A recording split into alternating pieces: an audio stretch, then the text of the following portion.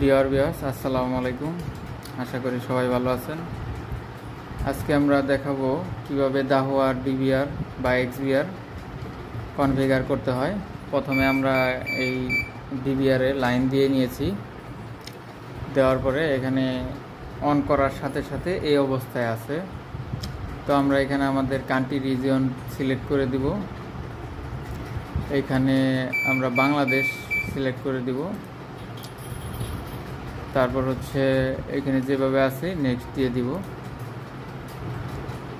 এখানে software agreement accept করতে হবে, করার পরে নেক্সট দিতে হবে। এখানে একটা আমরা পাসওয়ার্ড দিব, এটা আমাদের প্রয়োজন মতো 8 সংখ্যার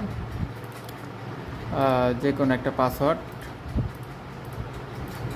দিতে হবে। আবার সেম পাসওয়ার্ড কনফার্ম পাসওয়ার্ডে আমরা আবার দিব।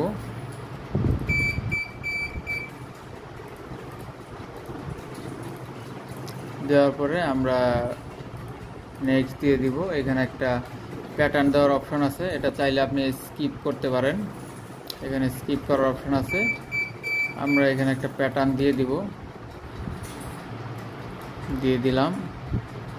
প্যাটার্নটা আবার ড্র করতে হবে। তারপর এখানে একটা সিকিউরিটি কোশ্চেন চাইছে বা একটা রিজার্ভ ইমেল, যখন আপনি পাসওয়ার্ড ভুলে গেলে এই ইমেইলে পাসওয়ার্ড রিকভার কোড আসবে। তো এখানে আমরা দিয়ে দিলাম একটা ইমেইল।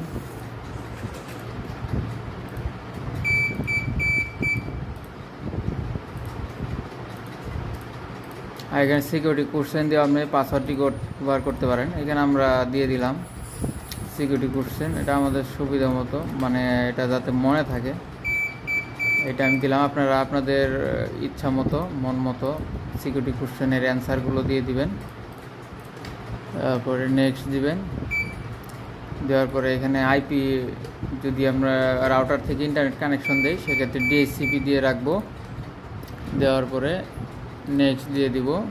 এখানে ইন্টারনেটটা পাইলে অনলাইন দেখাবে, আর এই যে ডিভাইস এসএন স্ক্যান করে আমরা এটা অনলাইন করতে পারবো।